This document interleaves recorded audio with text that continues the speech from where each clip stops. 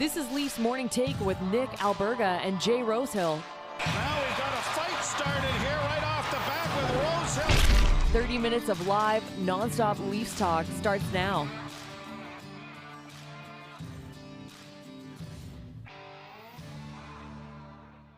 We had a fantastic long weekend. It's Nick Alberga and Jay Rosehill back together for the Tuesday edition of Leafs Morning Take. Family Day yesterday, Rosie. A big weekend for the Leafs, a couple games, and the big-time Ryan O'Reilly trade on Friday. How's it going? It's good, man. It was a good weekend. I'm glad we could jump on and kind of do that emergency podcast after that news broke kind of unexpectedly, and we could address it. And since then, we've watched them play a couple games too. We have, so we're going to dive into that. We're going to dive into the Buffalo Sabres game tonight. The Leafs, it's always an adventure when they visit the KeyBank Center in Buffalo, so we'll get to that. And should also mention as well, in about 10 minutes from now, from TSN, North Star Betting, the Toronto Star, and the Steve Dangle Podcast Network, NHL Insider Chris Johnston will drop by for his thoughts on the O'Reilly trade, how it came together. And Rosie, the big-time question for me, are the Maple Leafs done wheeling and dealing? What do you think? Yeah, big question for sure. I didn't think they were going to get a big boy forward. They ended up doing that. And now that is the question that remains. Is there room to do more? Is there ability to do more? What could come across the table? I think if I've learned anything this go around, it's that we just don't know what's going to happen, and anything could happen. So again, we're waiting with bated breath, and it would be interesting if they could come out upgrading something maybe on the back end. I need a full-fledged documentary on Brandon Pridham, who's the resident capologist for this team, because just the gymnastics he's been able to do in his tenure with the Maple Leafs has been downright incredible, even including Minnesota the other day in that three-team trade with St. Louis to get O'Reilly, to get Achari. Just some brilliant work, in my opinion. Remember to subscribe, tap that like button, leave us a review wherever you're checking us out. And don't forget to visit theleafsnation.com for the very latest on all things Toronto Maple Leafs. In about 45 minutes or so, I'll have my game preview for tonight's game between the Leafs and Sabres up, so make sure you check that out.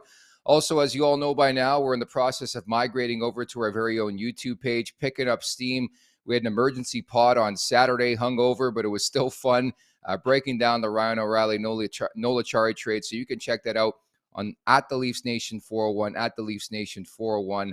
On YouTube for the very latest. And again, eventually we'll be migrating over and doing the live show from that page as well. So make sure to subscribe and start commenting away right now. Thoughts, comments, questions, or concerns, drop us a line in the chat down below here on YouTube. And we'll get to that later on in the show. But for now, let's get over the boards.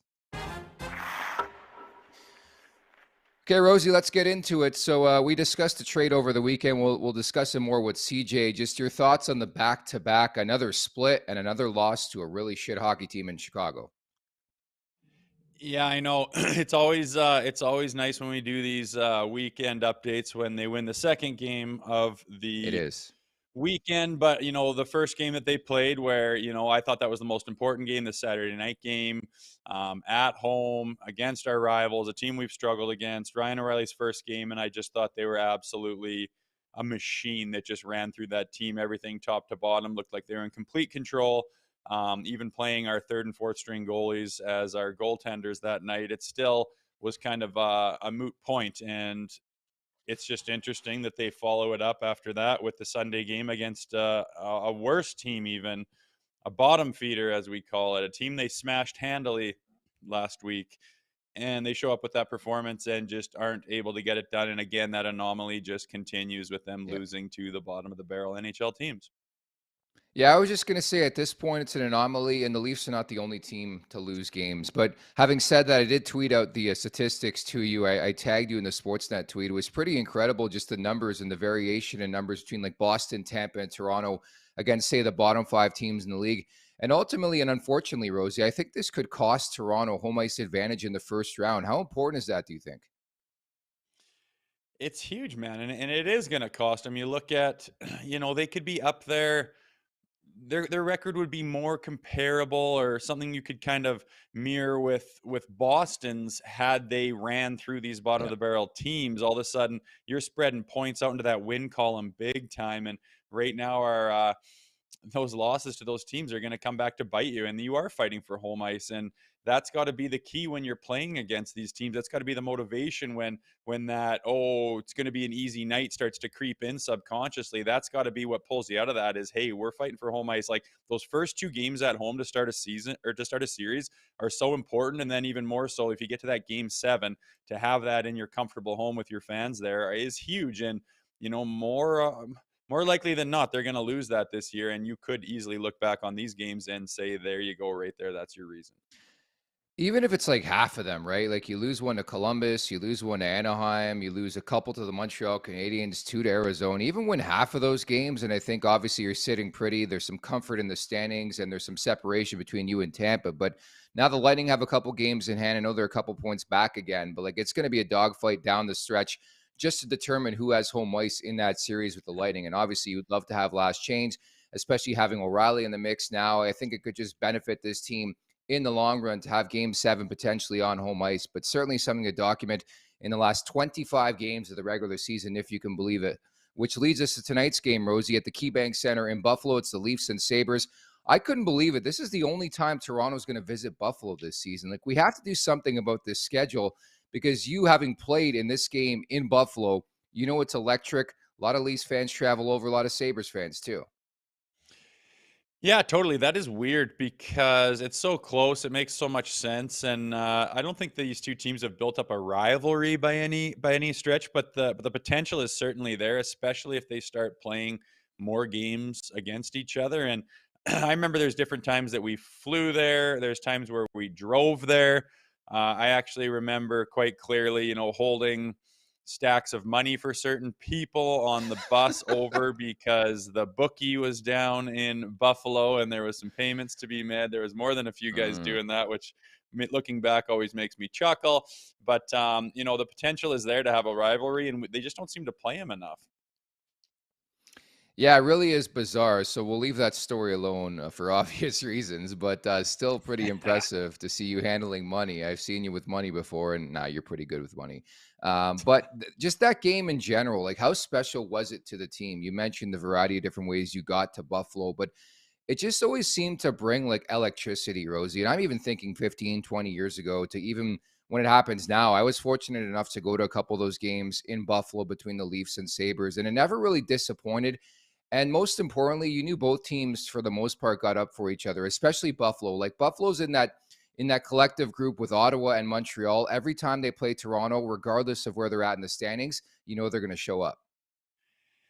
Yeah, it is one of those things. I mean, playing for the Toronto Maple Leafs, you get to go to a lot of different buildings and feel your fan base all around the entire NHL. You go down to Florida, there's people that go down there for the winter. There's snowbirds in Arizona. There's people that go down to California, and there's fans spread out all across Canada. And there's a lot of times when you score on the road and you feel quite a loud cheer considering you're the visiting team. Yeah. And that was very apparent in Buffalo. And I think that almost pissed Buffalo off of, hey, make sure we don't have to hear their bloody fans cheering in our barn right now. And it was always a bit of a battle. So be interesting to see how they bounce back from that ugly Chicago loss here, and see if we can get one on the road in Buffalo. But again, like we talked about, these points are precious. And I mean, there's still a chance for them to have home ice. It's time to start racking up points, especially against the teams that you should be beating. Yeah, for me, it's bringing back flashbacks of Tim Connolly. Remember him as a member of the Toronto Oh, yeah. Maple Leafs? I have never been more excited, or he's in a group of players I was excited to see be a Leaf, and I even bought his jersey tee, and he was a massive disappointment in the blue and white. So we look forward to that game. Honestly, I think Toronto has Buffalo in a good spot. I'm always careful to say that and hesitant to say that, but the Sabres are returning home after a 3-game California trip. Again, you've been in that scenario. How difficult is it to play after spending a couple days, maybe even a week out west? Yeah, it's difficult when you're doing the time change and whatnot, especially when you stay out there a while, then you get acclimated to it. Flying back, that's a long flight, but I don't really take too much stock into the travel except for the time change. I mean, it's not like you're waiting in lines, waiting in security. It's not like you're trying to get through customs. It's not like you got connections and you're running to get your bag off and get it back onto the next plane. And that's not that exhausting thing. You got a bloody recliner sitting there with Wi-Fi and having a sleep while someone's bringing you, high-end food and whatever the hell you need. So Caviar. Yeah, that doesn't really that doesn't come into effect for me. But the time change is a bit of a grind, and you get back and get settled. But I think once you do that, you're happy to get back into your own bed and get back to normalcy, and then get back into your groove and your comfortable zone. So I don't expect them to be sluggish or anything like that. They've been on a bit of a heater right now. They're on a win streak, and they've been having success. So they're a team that they're gonna have to look out for, and the Leafs are gonna have to find their game again more so like they had on Saturday than they had on Sunday. That's for sure. So if you can recall, what was the best food you had on a Leafs charter? um, it would be like just catering in, Capital Grill or Ruth's Chris or Morton's or something, and you just got a whole bunch of big fat steaks sitting there, and it's like take your pick, and you got the mashed potatoes and the mac and cheese sides and the this and that, and there's cheesecake sitting there, and you just pile up a plate like you're at the Legion's bloody buffet and just load up with whatever you want, man. And you can just run through 3 filet mignons if you want. It's pretty good time to be in that league, and you're eating good. I remember the dads. I said it a while ago. The dads on that trip were always like, "This is I just can't wrap my head around the amount of food there." And I mean, that's your energy, and that's what they're willing to have around you all the time. So you're never without. No, because I think it's fascinating. Like anybody who's anybody, like grows up wanting to have anything they want in the world to eat, right?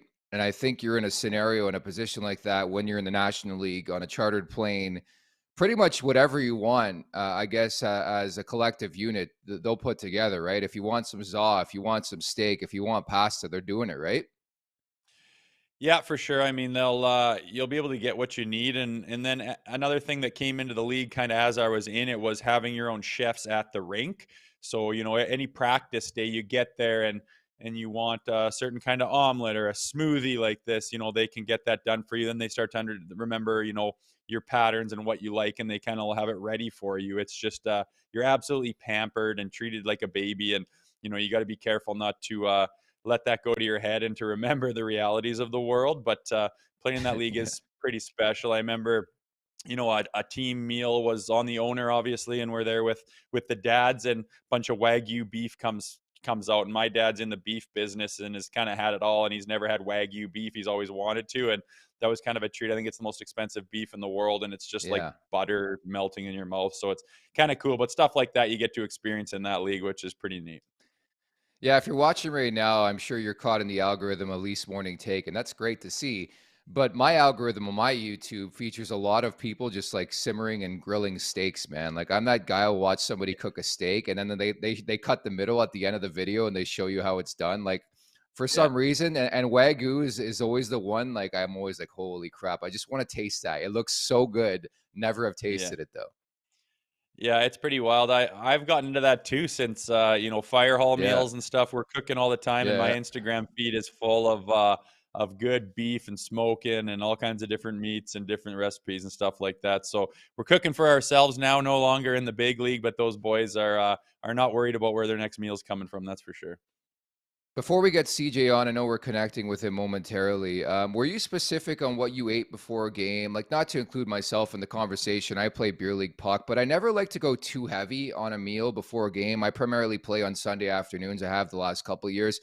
I just don't like playing on a full stomach, but everybody is different. We know some players. I think Alex Ovechkin has like pasta before every game. Like, every player is so specific. What did you eat before a game? Yeah, like the pregame meals at that 12:30 usually when you're on the road, and usually after pregame skate, guys will go to a restaurant or something and kind of order Yeah. the same thing. And to be honest with you, our nutritionists were kind of like shaking their heads at us, and we were, eating a massive carbo load at 12:30.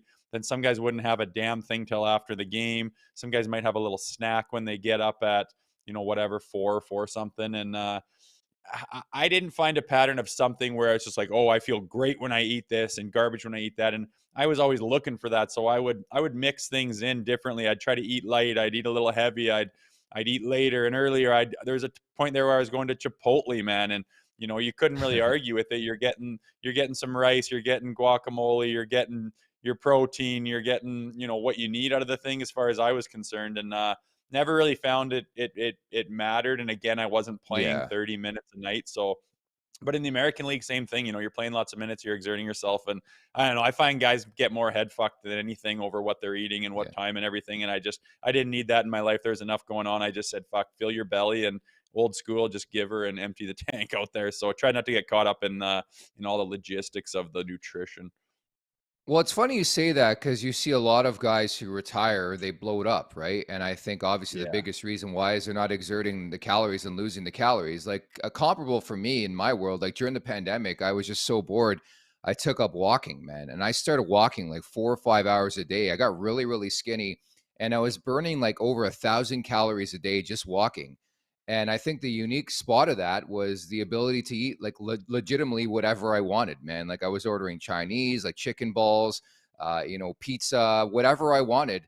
And I think, along those lines, I think in the NHL, you're burning so many calories per game that I don't think it really matters as much. Obviously, it matters, but to an extent, what you're putting in your body. Did you ever have something on you to tell you how many calories you're killing in a game? No, I didn't have that. We'd have trackers in our shoulder pads that would track our movement. It was more about like load and explosive power and how much you're working in that sense. And it wasn't really calorie defined. But again, you're playing a 3-3 or something, or you got a long hard week and you're just emptying the tank constantly, man. There's so many times like the recovery is a big thing after you do that, what you eat immediately after. But if you've already recovered and you're kind of on your Sunday night and you want to go just smash the biggest burger you can find, I mean, at the time when you're putting down those many calories, it just didn't matter. You can eat whatever the hell you want after that point, and you're not going to get fat or anything. And I feel like now that I'm not playing, it's hard to burn those calories, and it's hard to justify eating that stuff because you feel like it's just going to go straight to your ass. Where there was years and years and years and years that didn't even cross your mind.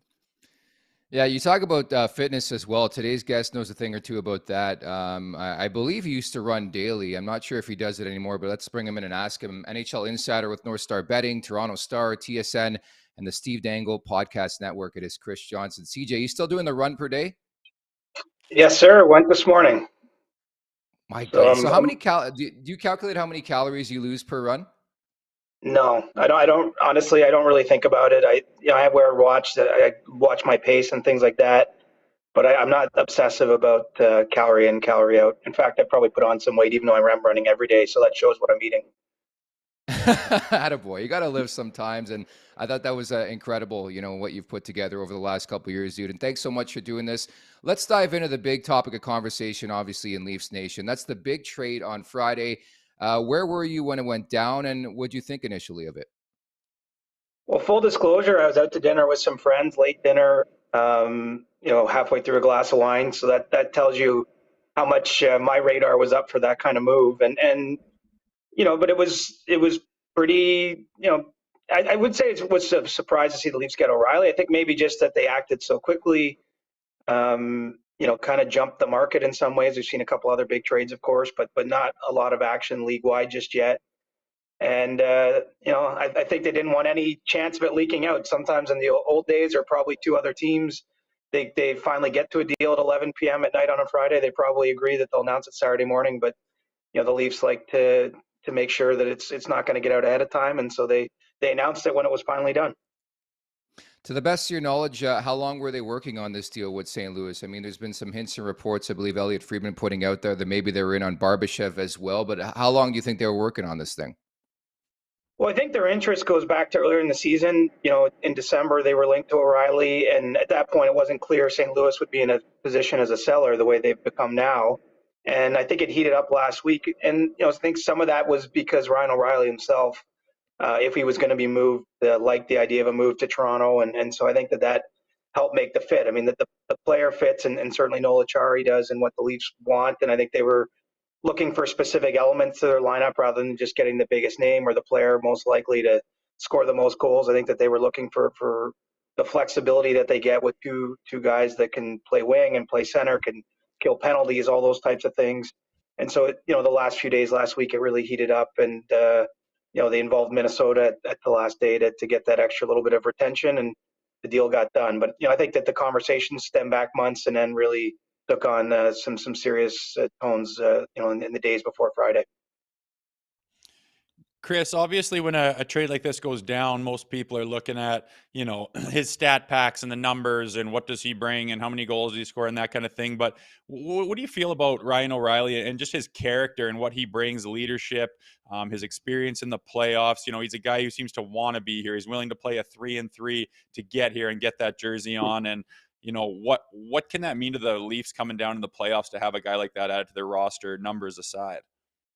Well, it just seems like he ticks every box, right? And, starting Saturday, I was reaching out to people in my network around the league just to gauge their thoughts. I honestly didn't find one person who didn't like the deal for the Leafs. And let's be honest, there's lots of people out there who love to hate the Leafs. The Leafs are the Cowboys or the Yankees. I recognize those in our positions. We overhype them. We talk about them a lot. So other teams, at times I think like to poke fun at the Leafs when things happen. But in this case, I didn't find anyone who didn't like the deal. And I think that says a lot about who Ryan O'Reilly is. Even Noah Chari, like I get that he's not the headliner in this deal, but I think he really fits a specific role that the Leafs can use and just makes them a much deeper team. Players that have been playing regularly in the lineup to this stage in the season now are not going to get in unless there's injuries or other things that arise.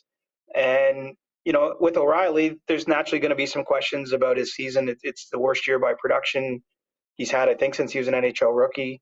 Got a big dash number on there on a Blues team that just didn't have a lot of success this year.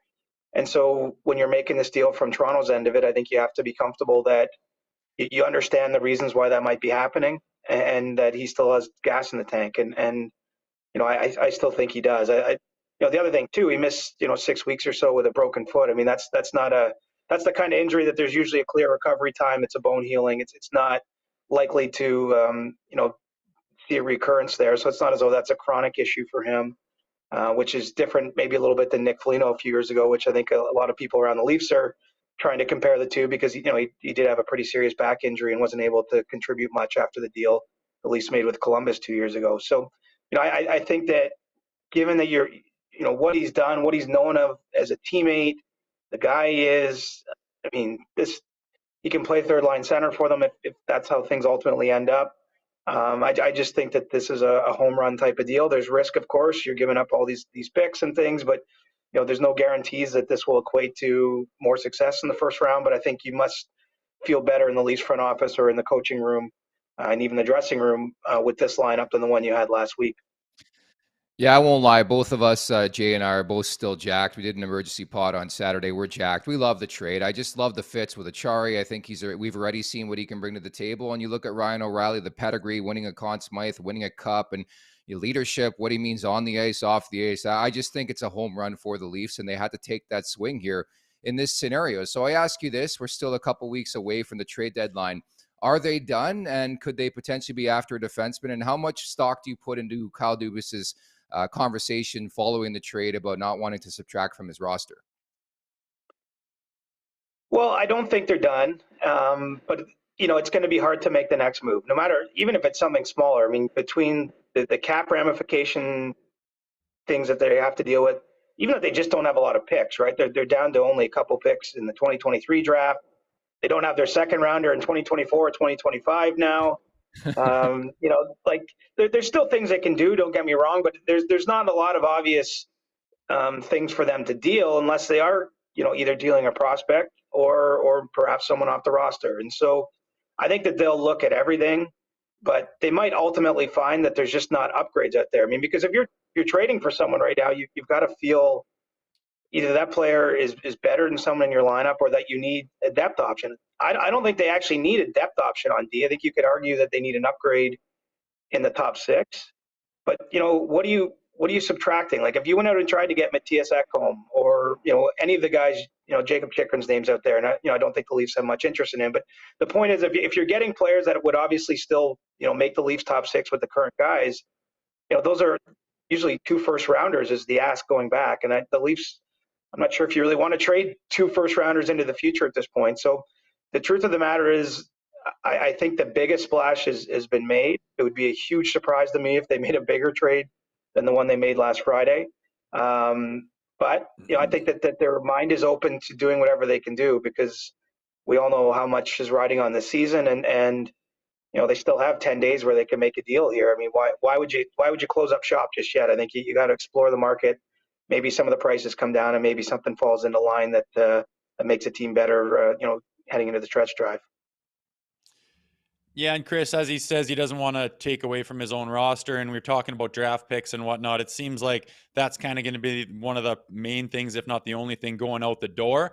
And that, I mean, you mentioned that no one's really upset about this O'Reilly trade. Only thing I've seen is people going, "You're giving up a lot of picks. You're giving up a lot of picks." But it's like, it's shit or get off the pot. Do you want to win this year?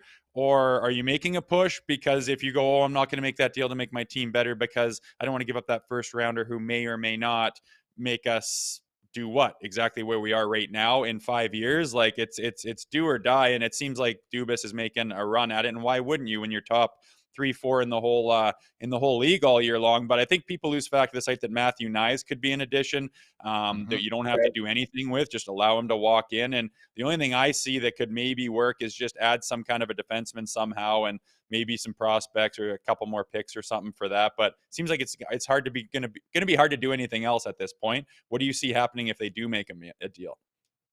Well, and I'm with you on the draft pick conversation. Like, look, the Leafs first rounder this year is going to fall somewhere between 24 and 32 probably. Yeah. And if you look historically, there's certainly good players that have been drafted in that range, but often they're not becoming good players for 5 or 6 years down the road. Truly impactful players at the NHL level. I mean, 5 or 6 years from now, who knows what's left of this Leafs roster, what this looks like. And so, any team that's had any amount of success in the last 10 years, whether it's Chicago, Pittsburgh, LA, any of these teams, Tampa, that has hung banners in their rink or multiple banners, they've traded away a ton of first round picks because they recognize it was worth selling the future to make the present better when they had some special players on the roster. And I think that's, it's just a prudent thing to do. It's basically a second rounder almost going for O'Reilly, especially if the Leafs do win a couple rounds in the playoffs. It gets pushed lower and lower. You have to give up a second, essentially the equivalent of a second for Achari. There was a lot of contending teams that had interest in him as a nice depth addition for their third or fourth line. And then, there's a third round pick going out there because there's salary retention and a fourth round pick. Because anyway, the point is that's a total market value trade, no matter how you slice it. Now another team might have looked at that and said, we wouldn't want to pay that for O'Reilly, and that's their prerogative. But I think that it's totally in line with what we've seen in other deals.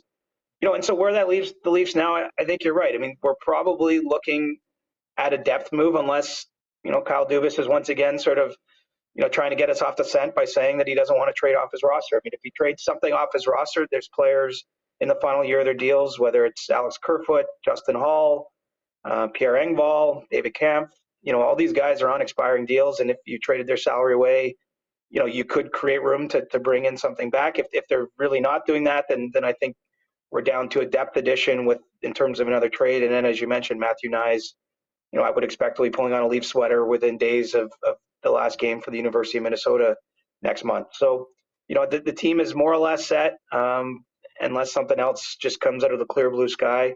But I think that they're smart to get ahead of the deadline. It gives the guys themselves an extra week and a half to get a little more comfortable coming in to play with the team. And then it just takes some of the pressure off those last 2 days when, sometimes things go wrong on March 3rd. You play with fire if you get close to that deadline and something falls through and you don't have a backup plan, then you might end up with nothing. I mean, at least at this point, the Leafs, I think, have really made themselves better.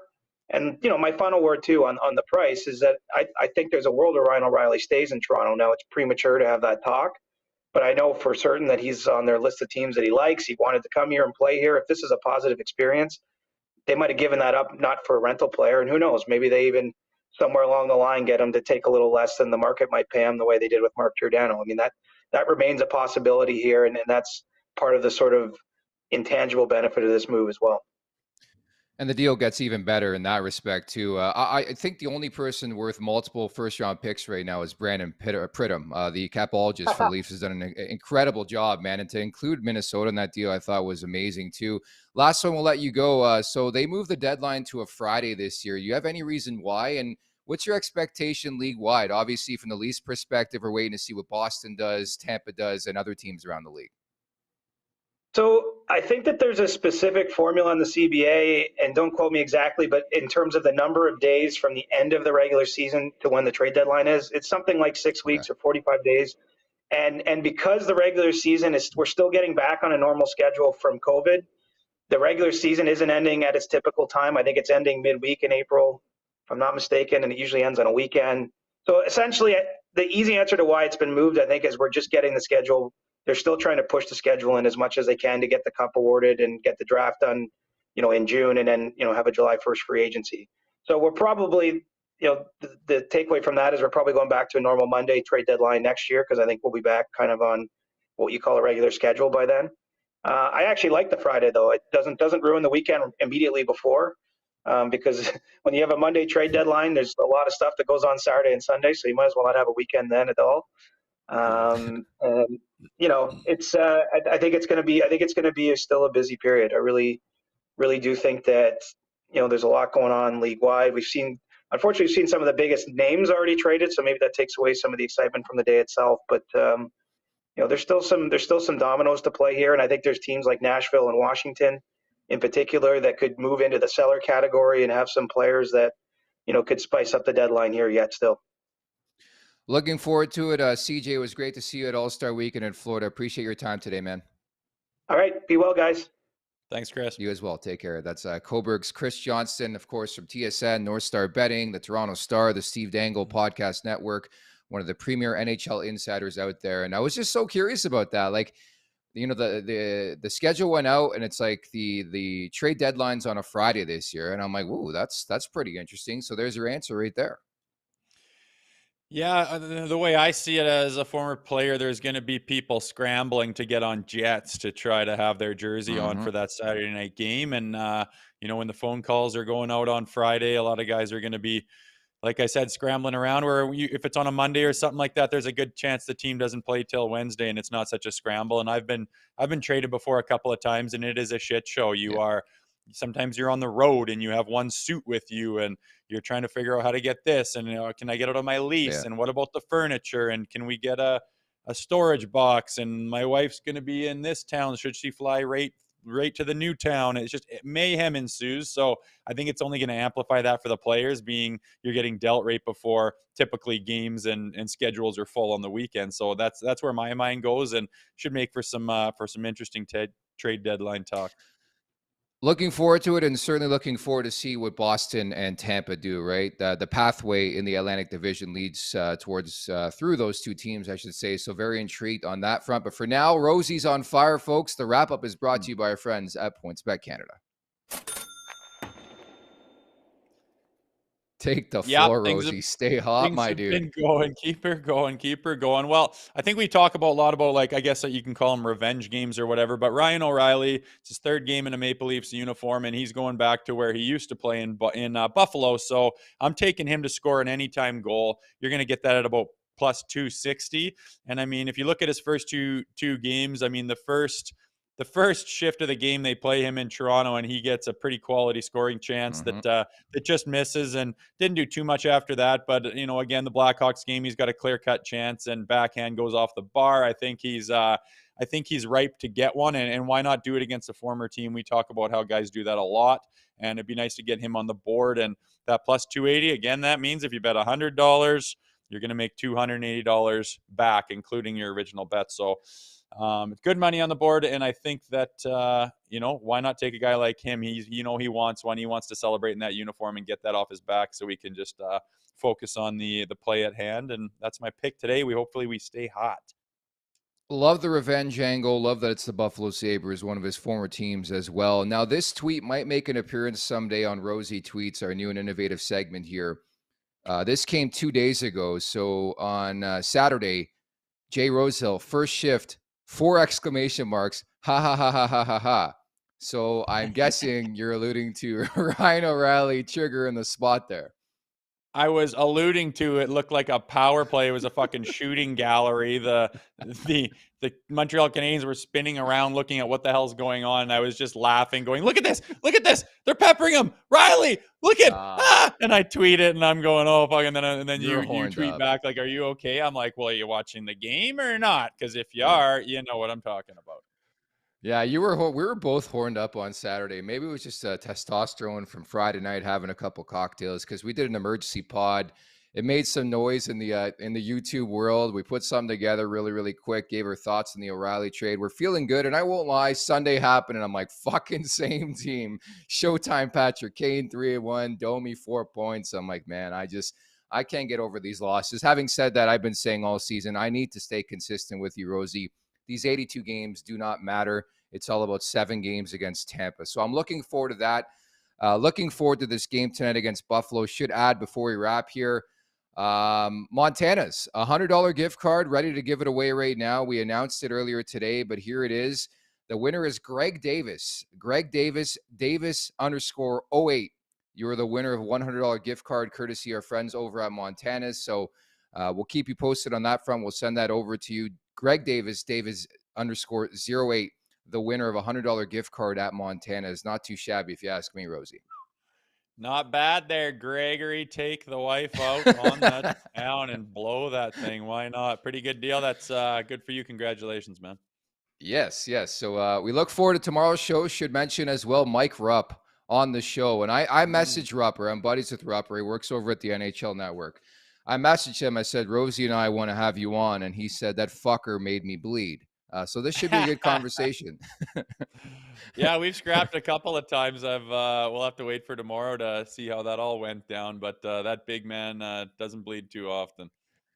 Yeah, he's salt of the earth. In all honesty, Rupper's an absolute stud. I don't know if you've been documenting him on social media. He's been trolling Leafs Nation big time. So we're going to hold him accountable for folks who know what I'm talking about. He's had some tweets about Matthews and Nylander. So we're going to confront him on that. Of course, we're going to have you and Rupper break down those 2 scraps I believe you had in your career as well. So that's coming up tomorrow. But for now, we look forward to tonight's game, Rosie. It's the Leafs and the Sabres from the KeyBank Center. Yes, it is. Could be a big one. Let's keep our eyes on Ryan O'Reilly and see what he does tonight. Make somebody some money too and get the Leafs back on the board. Rosie's forecasting an anytime goal for Ryan O'Reilly tonight. So maybe you jump aboard at plus 260. Again, that's Jay Rosehill. I'm Nick Alberga, and thank you very much to guest Chris Johnston for dropping by, as well as producer Alex. Take care.